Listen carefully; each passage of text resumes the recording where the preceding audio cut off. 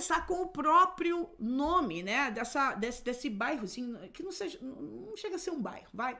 É um distritozinho ali, já adjacente a Canal Street. Little Italy. Little Italy. Tem duas coisas muito importantes acontecendo aí, tá? Então, vamos lá. Primeiro é o flap. O que é o flap? O que é esse flap? Flap é um movimento que acontece dentro da sua boca, que faz com que esse T soe assim, ó. E quando eu falo soe assim, eu tô comparando com o som que a gente tem no português. Quando eu falo a palavra caro, barata, rarararararara, tá? Esse é o barulhinho que a gente vai escutar do flap, tá? Essa é a primeira informação que eu vou dar sobre o flap, por enquanto, ok? Quando eu falo Little Italy, vocês escutam esse ra. Little, lembrando do L que a gente trabalhou, little, Italy, ok? Vocês ouviram o flap duas vezes. Tem duas maneiras da gente pensar no flap, ou seja, existem duas explicações e as duas são válidas e se complementam, tá? O que por que esse flap acontece? E, aliás, by the way, a propósito, o flap não acontece no inglês britânico, ok? Se você estuda inglês britânico, você não vai ver isso acontecer. O flap vai sempre acontecer quando o T não tiver na sílaba tônica. Vamos lá. Aqui em little, eu tenho duas sílabas, certo? Então, olha só. Le é a minha sílaba tônica. E o T, pode ser um T, podem ser dois T's, tá? O T, ou o duplo T, ele não tá na sílaba tônica. Quando você fala little, eu tô jogando a força no le e o T tá fora da tonicidade, ele corre, tá? Little. Uma outra maneira da gente observar o flap acontecendo é quando o T tá entre duas vogais, tá bom? Então, olha só, a gente não pode dizer que é sempre quando o T tá entre duas vogais, porque no caso do little, não é isso que acontece. O T não tá entre duas vogais, tá bom? Então, vamos pensar. Bom, ok, eu tô jogando a força aqui, o T não tá na sílaba tônica, ele vai formar o flap. Ou ele tá entre duas vogais. Flap na certa nele, tá? Italy. A Andrea tá falando, eu tenho a língua presa, não sai esse flap, não tem jeito.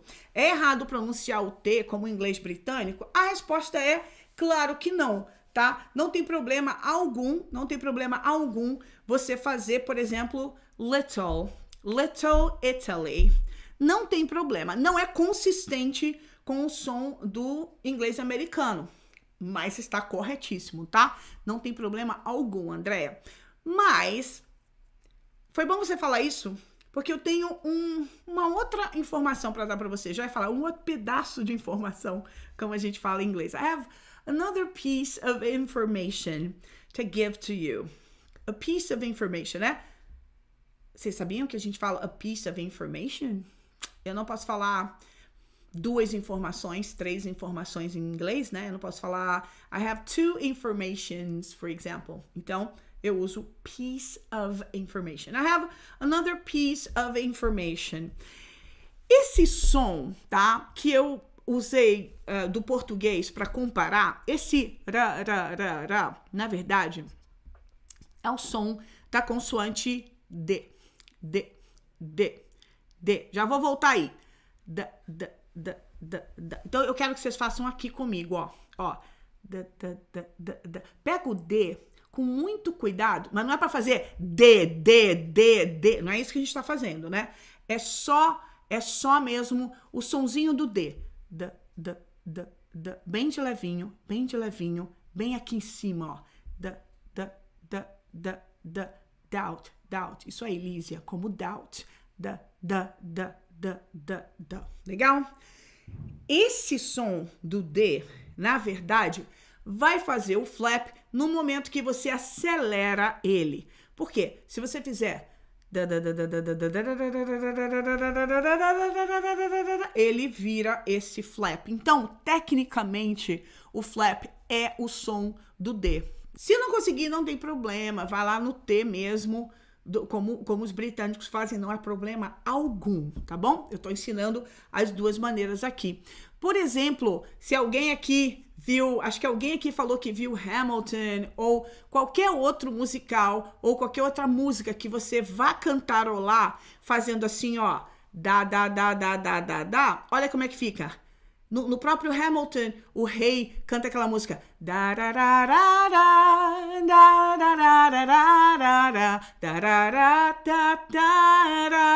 Isso é o quê? D-A, D-A, D-A, D-A, D-A.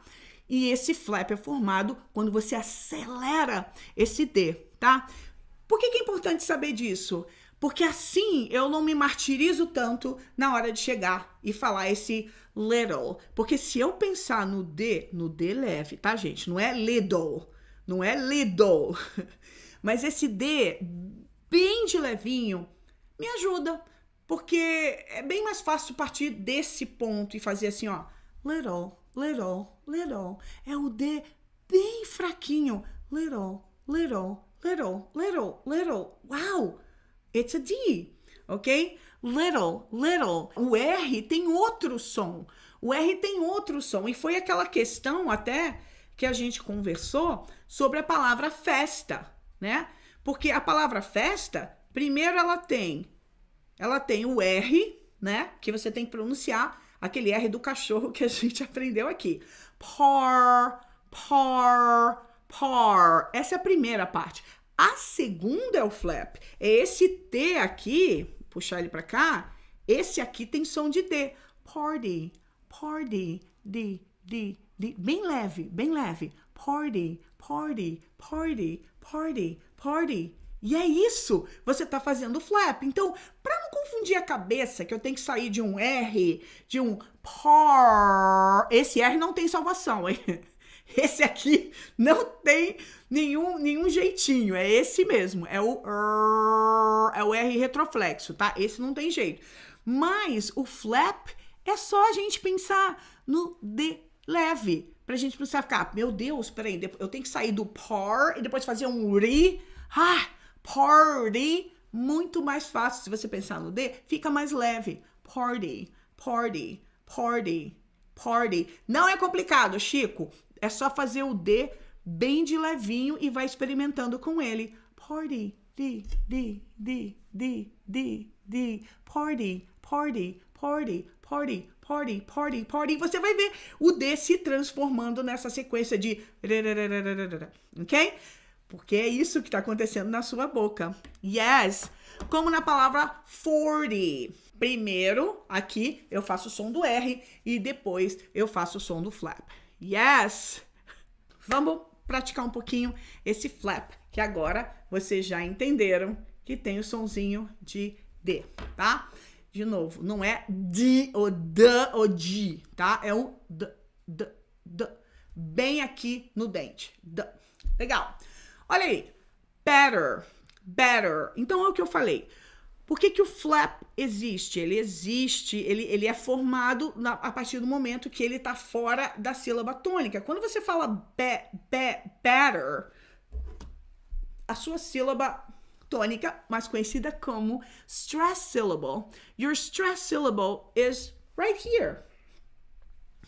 Better, better. E aqui, olha, eu tenho o flap, né? Eu tenho o sonzinho de D, mas eu tenho que marcar o meu R como R, ok?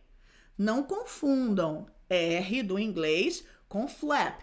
Quando vocês virem a letra R, tem que pronunciar até acabar o som para poder entrar no outro, ok? Even at the end, mesmo no final. Better. Gente, tem problema vocês falarem better? Não tem problema algum. A ideia é que a gente seja consistente com o inglês que a gente tá falando, né? É a mesma coisa, eu tô falando português com vocês aqui e de repente eu começo a falar já assim um pouco mais diferente. E depois eu viro, começo a falar mais carioquês. E depois, porque já falo assim, é português? É. Mas aí eu fiz uma mistura de português brasileiro com português de Portugal, né? Então é isso que acontece se você tá falando o inglês americano e de repente você coloca ali um better, um water. E aí vai dizer, oi, ok, né? A pessoa tem ela tem essa flexibilidade, tá bom? É problema eu tô falando português do Brasil, mudar para um português de Portugal? Problema não é só inconsistente, tá bom? Então, se a gente tá aqui praticando o som americano, a gente pratica o americano. Se você fala o britânico, mantenha a consistência com o britânico, ok, guys? Now, another one is utterly. Utterly. Utterly significa é um intensificador, né? Então, utterly é tipo super, ok? Por exemplo, I left home utterly early, por exemplo, early late, tá? Tipo super, intensificando aí o seu adjetivo. Utterly. Aqui, de novo, eu tenho flap e depois eu tenho o R. Pensa no D. Pensa no D para ver se não facilita. Otherly. Já facilita, ok? Let's go. Turtle. E aqui é a prova de que não é só quando tem dois T's. O flap acontecendo aqui na palavra tartaruga, ok? Primeira coisa, trabalhar o meu R. Trabalhar o meu R até o fim. Explodindo o T.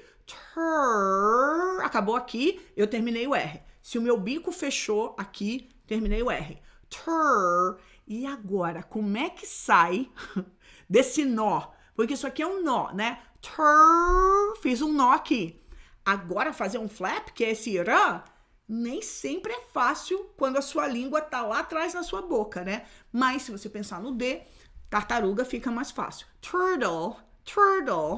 Oh my God, I love little turtles. I saw little turtles on the beach. Turtles, muito mais simples do que turtle.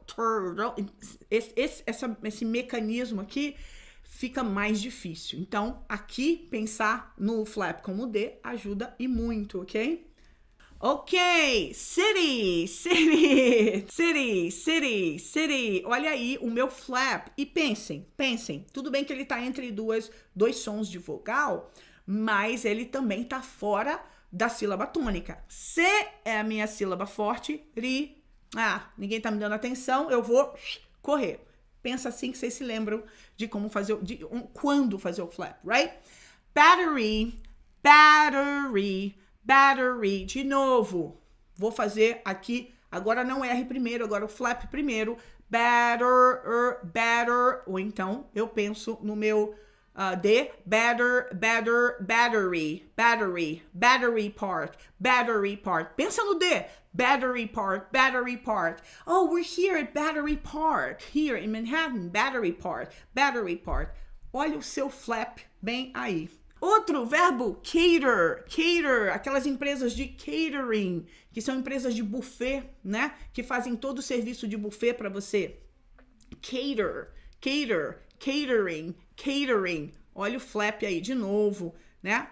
O flap também acontece quando a gente conecta uma palavra na outra. Então, aqui, no caso de eat, terminando com T, e aí a conexão com a preposição at. Você olha o verbo eat, tá tranquilo, esse T, na verdade, tá interrompido, ele fica lá para cima, mas sabe que o sonho de toda consoante é casar com uma vogal. Como você tem uma vogal logo depois do eat, esse T não fica mais pendurado, e aí ele conecta. Quando ele faz essa conexão, você vai ver esse sanduíche de vogal aí, né? O T tá justamente no meio de duas vogais bem aqui. Então, a gente vai ter I like to eat at a good restaurant, for example. I like to eat at Little Italy. I like to eat at. O flap vai acontecer também nesse caso. Here I have letter. Lembrando de fechar o meu R no final. Letter, letter, letter, letter, letter. Ok. It is. It is. Nunca digam it is, porque, vocês podem dizer se for britânico. Se for americano, façam um flap automaticamente em it is hard or it is easy. Porque eu, podendo falar it's hard, eu vou escrever aqui embaixo, podendo falar assim, ó, it's hard, por que eu falaria it is hard? Por quê? ênfase. Quem é meu aluno já sabe. Lembra? Verbo to be sempre, sempre, sempre vai ser abreviado. Quando você não escuta o verbo to be abreviado, é porque a pessoa está querendo enfatizar aquela coisa, tá? Então eu falo, it is hard, but you can do it, tá? Ou então eu posso falar, I know it's hard. Eu sei que é difícil, né? Like, I know it's hard. Mas eu quero falar, yes, it is hard, but you can do it. Aí eu faço flap porque eu não abreviei. E o meu ponto é, sim, é difícil, mas você consegue. Você viu? Quando eu dei a ênfase, eu não abreviei o verbo to be, ok?